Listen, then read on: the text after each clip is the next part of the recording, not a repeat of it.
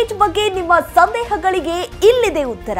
Personal ಫೈನಾನ್ಸ್ಗೆ ಸಂಬಂಧಿಸಿದ ಪ್ರಶ್ನೆಗಳಿಗೆ ಕ್ಷಣದಲ್ಲೇ ಪರಿಹಾರ. ಮನಿ9 ಆಪ್ ಮೂಲಕ ನಿಮ್ಮ ಪ್ರಶ್ನೆಗಳಿಗೆ ಉತ್ತರ ಕಂಡುಕೊಳ್ಳಿ. ನಿಮ್ಮ ಪ್ರಶ್ನೆಗಳನ್ನ ತಜ್ಞರ ಜೊತೆ ನೇರವಾಗಿ ಕೇಳಿ. ಹಲೋ ಮನಿ9 ಅಲ್ಲಿ ನಿಮ್ಮ ಪ್ರಶ್ನೆಗಳನ್ನ ಕೇಳಿ. ಈಗಲೇ ಡೌನ್ಲೋಡ್ ಮಾಡಿ ಮನಿ9 ಆಪ್. Download now. ನಮಸ್ಕಾರ, ಮನಿ9 ಕನ್ನಡದ ಎಕ್ಸ್ಪ್ಲೇನರ್ ಕಾರ್ಯಕ್ರಮಕ್ಕೆ ಸ್ವಾಗತ. ನಾನು ಮಲ್ಲನಗೌಡ ಮಾಲಿಪಾಟೀಲ್. ಬನ್ನಿ, ಇವತ್ತಿನ ಎಪಿಸೋಡ್ನಲ್ಲಿ ನಾವು ಈ LTV ರೇಷಿಯೋ ಅಥವಾ ಲೋನ್ ಟು ವ್ಯಾಲ್ಯೂ ಅನುಪಾತದ ಬಗ್ಗೆ ಒಂದಷ್ಟು ಡೀಟೇಲ್ ಆಗಿ ತಿಳಿದುಕೊಳ್ಳುವಂತಹ ಪ್ರಯತ್ನವನ್ನು ನಾವೀಗ ಮಾಡ್ತಾ ಹೋಗೋಣ. ರಾಹುಲ್ ಅವರು ತಮ್ಮ ಮನೆಯನ್ನು ಖರೀದಿಸುವ ಯೋಚನೆಯನ್ನು ಮಾಡಿದ್ದಾರೆ. ಒಮ್ಮೆಗೆ ಅಷ್ಟೊಂದು ಬೃಹತ್ ಮೊತ್ತವನ್ನು ಸೇರಿಸುವುದು ಅವರಿಗೆ ಕಷ್ಟ. ಹೀಗಾಗಿ ಅವರು ಗೃಹ ಸಾಲವನ್ನು ಪಡೆದು ತಮ್ಮ ಸ್ವಂತ ಸೂರನ್ನು ಹೊಂದಬೇಕು ಎಂಬ ಕನಸನ್ನು ಈಡೇರಿಸಿಕೊಳ್ಳುವುದಕ್ಕೆ ಇದೀಗ ಮುಂದಾಗಿದ್ದಾರೆ. ಆದರೆ ಅವರಿಗೆ ಬ್ಯಾಂಕ್ನಿಂದ ಎಷ್ಟು ಮೊತ್ತದ ಸಾಲ ಸಿಗುತ್ತೆ, ಉಳಿದ ಮೊತ್ತವನ್ನು ಅವರು ಹೇಗೆ ಹೊಂದಿಸಿಕೊಳ್ತಾರೆ? ಇದುವೇ ಡೌನ್ ಪೇಮೆಂಟ್. ರಾಹುಲ್ಗೆ ಇದು ಒಗಟಾಗಿದೆ.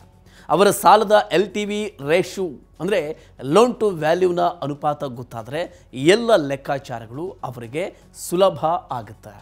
ಹಾಗಾದರೆ ಈ LTV ರೇಷಿಯೋ ಅಂದ್ರೇನು, ಅದನ್ನು ಹೇಗೆ ಕಂಡು ಹಿಡಿಯೋದು, ಈ ಬಗ್ಗೆ ನಾವೀಗ ತಿಳ್ಕೊಳ್ಳೋಣ.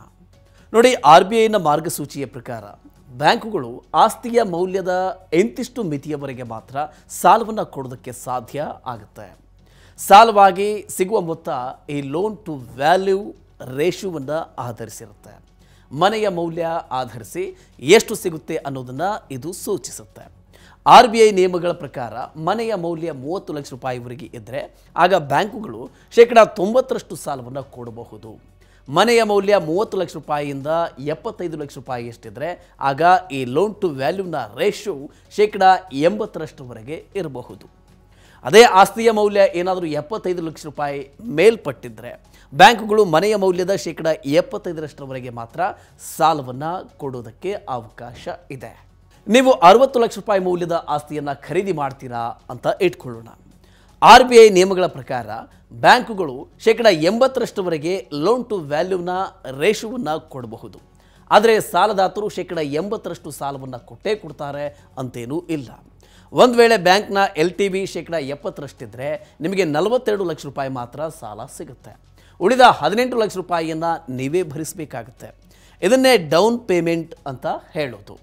ನೀವು ಸಾಲಕ್ಕೆ ಅರ್ಜಿಯನ್ನು ಕೊಟ್ಟರೆ ನಿಮಗೆ ಎಷ್ಟು ಹಣದ ಅಗತ್ಯತೆ ಇದೆಯೋ ಅಷ್ಟು ಮೊತ್ತಕ್ಕೆ ಸಾಲವನ್ನು ಕೊಟ್ಟೇ ಕೊಡ್ತಾರೆ ಅಂತೇನೂ ಇಲ್ಲ. ಈ LTV ರೇಷಿಯೋವನ್ನು ನಿರ್ಧರಿಸೋದಕ್ಕೆ ಬ್ಯಾಂಕುಗಳು ಅನೇಕ ಅಂಶಗಳನ್ನು ಪರಿಗಣಿಸೋದು ಇದೆ.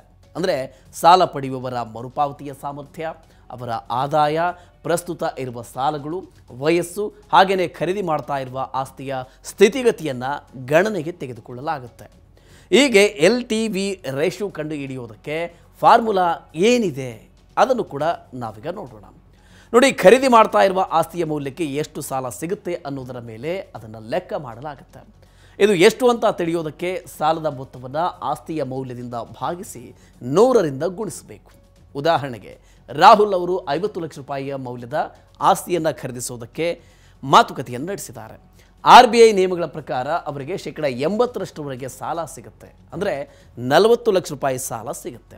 ಆದರೆ ರಾಹುಲ್ ಅವರ ಹಣಕಾಸು ಪರಿಸ್ಥಿತಿಯನ್ನು ಪರಿಗಣಿಸಿ ಬ್ಯಾಂಕ್ ಕೇವಲ ಅವರಿಗೆ 35 ಲಕ್ಷ ರೂಪಾಯಿ ಸಾಲವನ್ನು ಮಂಜೂರು ಮಾಡುತ್ತೆ. ಈ ಸನ್ನಿವೇಶದಲ್ಲಿ ರಾಹುಲ್ ಮನೆಯ LTV ರೇಷಿಯೋ 70%ರಷ್ಟಾಗುತ್ತೆ. ಇದು ಹೇಗೆ ಅಂದರೆ 35 ಲಕ್ಷ ರೂಪಾಯಿಯನ್ನು 50 ಲಕ್ಷ ರೂಪಾಯಿಯಿಂದ ಭಾಗಿಸಿ ಅದನ್ನು 100ರಿಂದ ಗುಣಿಸಿದರೆ ಈ ಮೊತ್ತ ಸಿಗುತ್ತೆ. ಇಲ್ಲಿ ರಾಹುಲ್ ಅವರು 15 ಲಕ್ಷ ರೂಪಾಯಿ ಡೌನ್ ಪೇಮೆಂಟ್ ಮಾಡಬೇಕಾಗತ್ತೆ. ಒಂದು ವೇಳೆ ರಾಹುಲ್ ತಮ್ಮ ಡೌನ್ ಪೇಮೆಂಟ್ ಮೊತ್ತವನ್ನು ಹೆಚ್ಚು ಮಾಡಿದರೆ ಆಗ LTV ರೇಷಿಯೋ ಕಡಿಮೆ ಆಗುತ್ತೆ. ಹೆಚ್ಚಿನ ಡೌನ್ ಪೇಮೆಂಟ್ ಪಾವತಿಸುವ ಗ್ರಾಹಕರಿಗೆ ಸಾಲದಾತರು ಆದ್ಯತೆಯನ್ನು ಕೊಡೋದು. LTV ರೇಷಿಯೋ ಕಡಿಮೆ ಇದ್ದರೆ ಬ್ಯಾಂಕುಗಳಿಗೆ ಸಾಲ ಕೊಡೋದು ಸುಲಭ ಆಗುತ್ತೆ. ಇನ್ನು ತೆರಿಗೆ ಮತ್ತು ಹೂಡಿಕೆಯ ತಜ್ಞರಾದ ಬಲವಂತ ಜೈನ್ ಅವರಿಂದ ಹೆಚ್ಚಿನ ಮಾಹಿತಿಯನ್ನು ಪಡೆಯೋದಾದರೆ, ಗೃಹ ಸಾಲದ ಪ್ರಕರಣಗಳಲ್ಲಿ ಆಸ್ತಿಯ ಮಾರಾಟಕ್ಕೆ ಮಾಡಿಕೊಂಡಿರುವ ಒಪ್ಪಂದದಲ್ಲಿರುವಂತಹ ಮೌಲ್ಯ ಲೆಕ್ಕಕ್ಕೆ ಬರಲ್ಲ. ಬ್ಯಾಂಕುಗಳು ತಮ್ಮದೇ ಆದ ಲೆಕ್ಕಾಚಾರದ ಮೇಲೆ ಆಸ್ತಿಯ ಮೌಲ್ಯ ನಿರ್ಧರಿತ ಆಗುತ್ತೆ. ಒಪ್ಪಂದದ ಮೌಲ್ಯ ಹಾಗೂ ಬ್ಯಾಂಕ್ನ ಲೆಕ್ಕಾಚಾರ ಹಾಕುವ ಮೌಲ್ಯ ಎರಡರಲ್ಲಿ ಯಾವುದು ಕಡಿಮೆ ಇರುತ್ತೋ ಅದನ್ನು ಬ್ಯಾಂಕು ಪರಿಗಣಿಸುತ್ತೆ.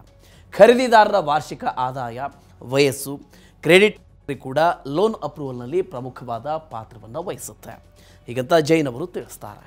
ಇನ್ನು ಒಂದು ವೇಳೆ ನಿಮ್ಮ ಲೋನ್ ಟು ವ್ಯಾಲ್ಯೂ ರೇಷಿಯೋ ಕಡಿಮೆ ಇದ್ದರೆ ಆಗ ಬ್ಯಾಂಕುಗಳ ರಿಸ್ಕ್ ಮಾರ್ಜಿನ್ ಕಡಿಮೆ ಆಗುತ್ತೆ. ಇಂತಹ ಸಂದರ್ಭಗಳಲ್ಲಿ ಬ್ಯಾಂಕುಗಳು ನಿಮಗೆ ಕಡಿಮೆ ಬಡ್ಡಿ ದರಕ್ಕೆ ಸಾಲದ ಆಫರನ್ನು ಮಾಡುತ್ತೆ. ಆದರೆ ಇದಕ್ಕೆ ನೀವು ಬ್ಯಾಂಕ್ನವರೊಂದಿಗೆ ಮಾತನಾಡಬೇಕಾಗತ್ತೆ. ನೆಗೋಸಿಯೇಷನ್ ಮಾಡಿಲ್ಲ ಅಂದರೆ ಬ್ಯಾಂಕುಗಳು ಬಡ್ಡಿ ದರ ಕಡಿಮೆ ಮಾಡೋದಿಲ್ಲ. ಇಂತಹ ಸನ್ನಿವೇಶದಲ್ಲಿ ನೀವು ಕೂಡ ರಾಹುಲ್ ಅವರಂತೆಯೇ ಗೃಹ ಸಾಲವನ್ನು ಪಡೆದು ಮನೆಯನ್ನು ಖರೀದಿ ಮಾಡಬೇಕು ಅನ್ನುವ ಯೋಚನೆಯನ್ನು ಮಾಡಿದರೆ ಡೌನ್ ಪೇಮೆಂಟ್ಗೆ ಸಾಕಷ್ಟು ಹಣವನ್ನು ಹೇಗಾದರೂ ಮಾಡಿ ಹೊಂದಿಸಿಟ್ಕೊಳ್ಬೇಕಾಗತ್ತೆ. ಡೌನ್ ಪೇಮೆಂಟ್ ಆಗಿ ನೀವು ಹೆಚ್ಚಿನ ಹಣವನ್ನು ಕೊಟ್ಟಷ್ಟು ನಿಮ್ಮ ಲೋನ್ ಟು ವ್ಯಾಲ್ಯೂ ರೇಷಿಯೋ ಕಡಿಮೆ ಆಗುತ್ತೆ. ಇದರಿಂದಾಗಿ ನಿಮಗೆ ಸುಲಭವಾಗಿ ಗೃಹ ಸಾಲ ಸಿಗುತ್ತೆ. ಹಾಗೆಯೇ ನೀವು ಕಡಿಮೆ ಬಡ್ಡಿ ದರವನ್ನು ಕೂಡ ಪಾವತಿ ಮಾಡಬಹುದು. ಓಕೆ, ಈ ರೀತಿಯ ಇನ್ನಷ್ಟು ಮಾಹಿತಿ ಮತ್ತು ಪರ್ಸನಲ್ ಫಿನಾನ್ಸ್ ವಿಚಾರಗಳಿಗೆ ಡೌನ್ಲೋಡ್ ಮಾಡಿ ಮನಿ9 ಕನ್ನಡ ಆ್ಯಪ್ ಹಾಗೂ ಯೂಟ್ಯೂಬ್ನಲ್ಲಿಯೂ ಸಬ್ಸ್ಕ್ರೈಬ್ ಆಗಿ, ಲೈಕ್ ಮಾಡಿ, ಶೇರ್ ಮಾಡಿ. Thank you.